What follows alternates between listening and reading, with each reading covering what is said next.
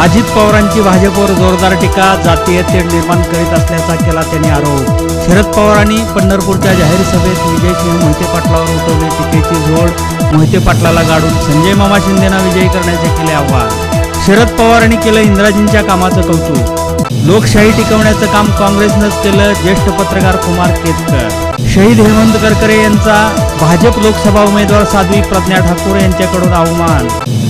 सर्व स्तरातून साध्वी प्रज्ञा हिच्या बेताल वक्तव्याचा केला निषेध। आमदार जयदत्त क्षीरसागर शिवसेनेच्या वाटेवर, काँग्रेसवासी हार्दिक पटेल यांना भर सभेत कार्यकर्त्यांनी लावली थप्पड। काँग्रेसच्या प्रवक्त्या प्रियंका चतुर्वेदी शिवसेनेत दाखल, महिलांच्या प्रश्नावर करणार काम। अयोध्येत राम मंदिर उभारणे म्हणजे राष्ट्रकार्य, मोहन भागवत यांची प्रतिक्रिया।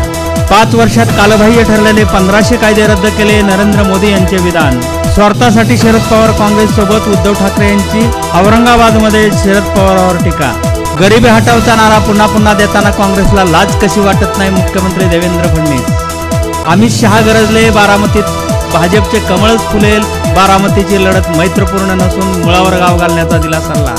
माळशिरसच्या न्याय हक्कात दहशतवाद सहन करणार नाही, शरद पवार यांनी खडसावले। पंतप्रधान नरेंद्र मोदी हे नकली मागासवर्गीय असल्याचा मायावतीचा आरोप। विधान परिषदेचे विरोधी पक्षनेते धनंजय मुंडे यांची संजय मामा शिंदे यांच्या प्रचारार्थ आज कुर्डुवाडीत जाहीर सभा। बारामतीत दोघी माहेर वशनीच्या लढतीकडे लागले संपूर्ण राज्याचे लक्ष। सोलापूर लोकसभा मतदारसंघात वंचित आघाडीचा फटका कोणाला बसणार याची सर्वत्र चर्चा।